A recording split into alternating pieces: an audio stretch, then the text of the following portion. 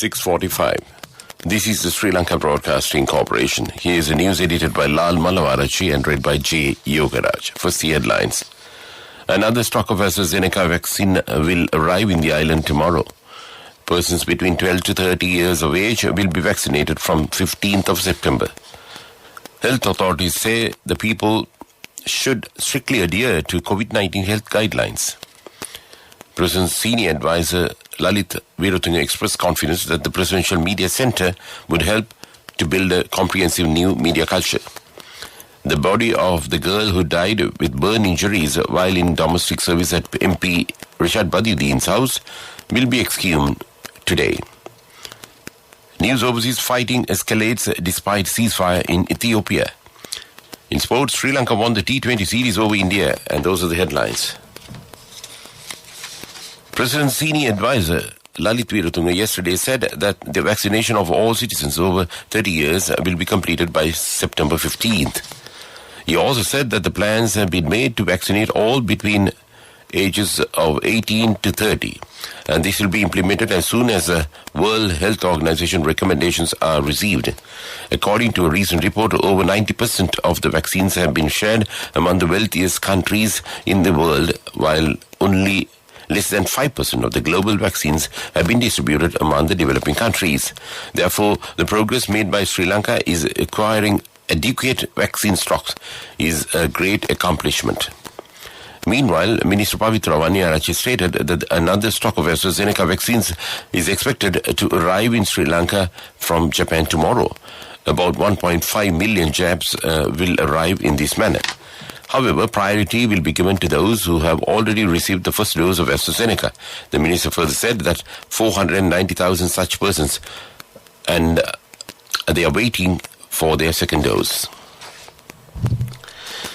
The Ministry of Health reports that another 2,329 persons have tested positive for coronavirus yesterday. This brings the total number of COVID-19 cases confirmed in the country thus far to 304,151. Presently, 25,928 infected patients are being treated at hospitals and treatment centers across the island. Meanwhile, the number of total recoveries has reached 273,496. As the number of daily infections are increasing, Deputy Director General of Health Services Consultant Dr. Hemant Herath says that the people should strictly adhere to health guidelines. If this situation continues, the country will have to go for more restrictions as in the last May. Meanwhile, State Minister Professor Chandan Jayasumana says 85% of the corona deaths are from persons over 60 years. This news comes to you from Sri Lanka Broadcasting Corporation. The President Media Centre was declared open yesterday under the patronage of Senior Advisor to President Lalit Veeratunga. The Media Centre is located at the ground floor of this whole Chartered Bank building in front of the President's house in Colombo Fort.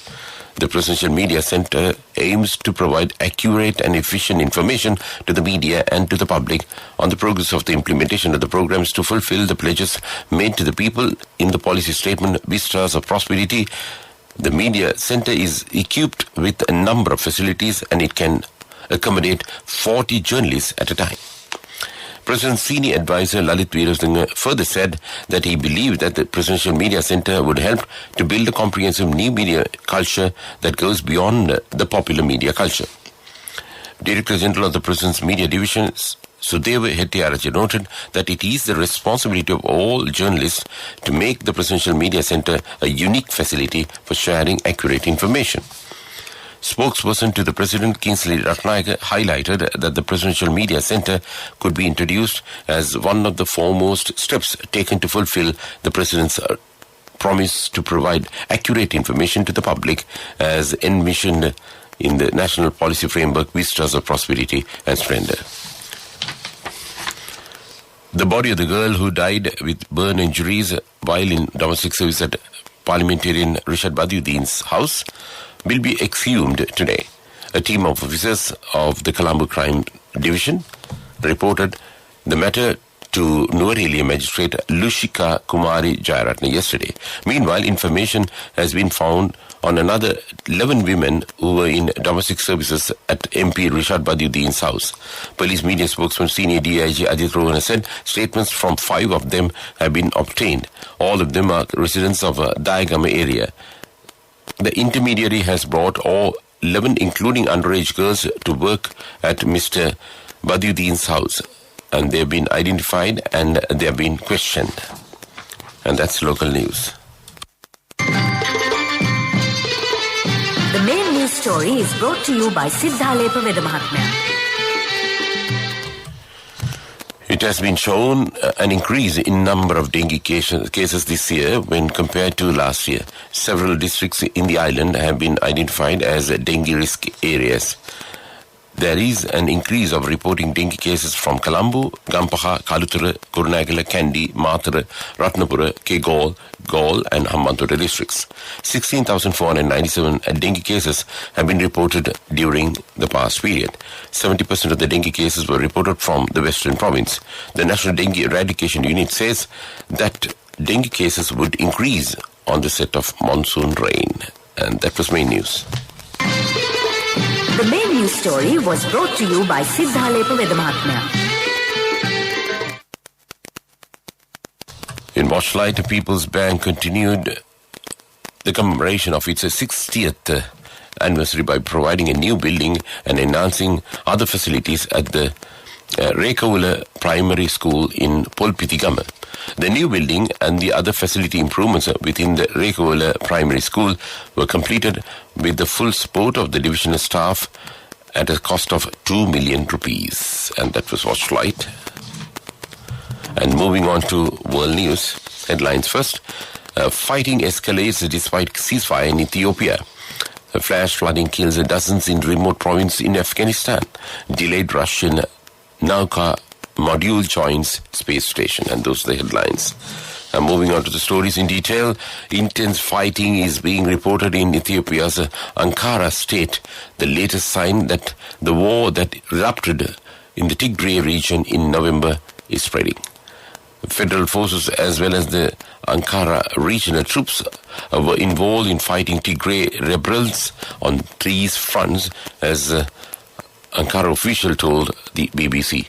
This is despite the government saying a unilateral ceasefire declared last month and had not been suspended.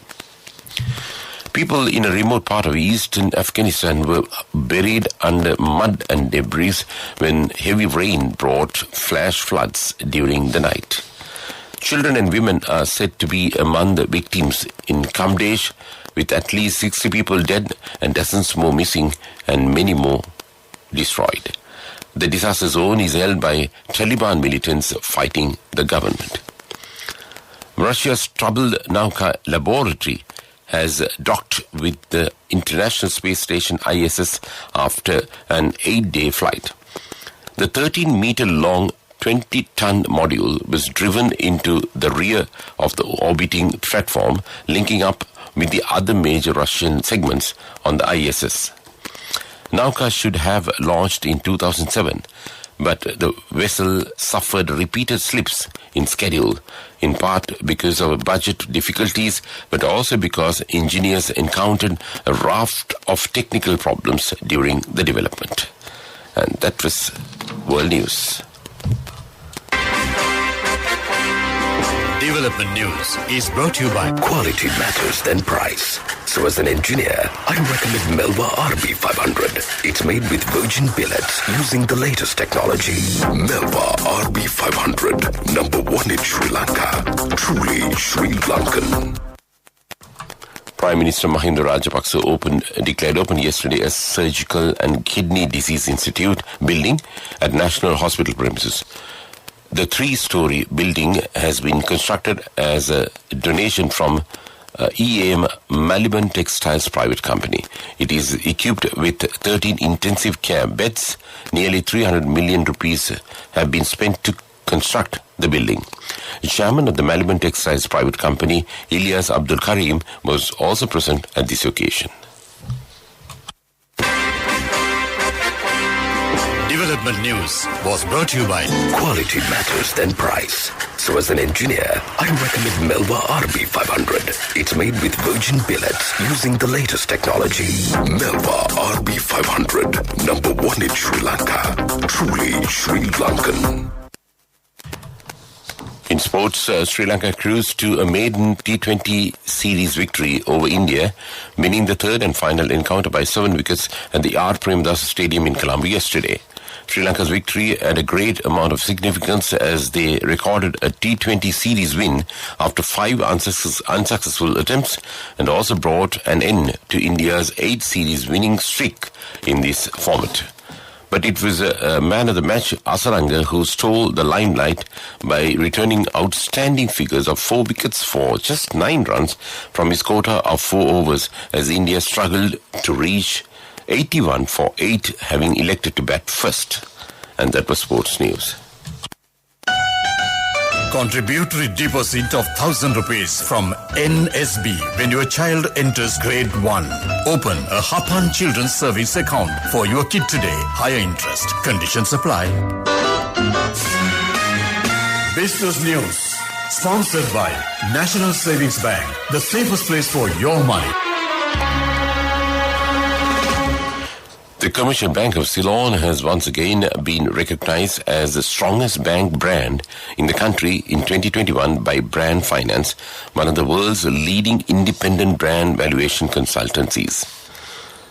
Commercial Bank was also named the strongest banking brand in 2020 ranking, which makes this the second consecutive year the bank has won this prestigious accolade that speaks to the strength of the brand of the largest private bank in the country, which celebrated its 100th anniversary in 2020. And that was Business News. Business News. Sponsored by National Savings Bank. The safest place for your money. Contributory deposit of 1,000 rupees from NSB when your child enters grade 1. Open a Hapan Children's Service account for your kid today. Higher interest. Conditions apply.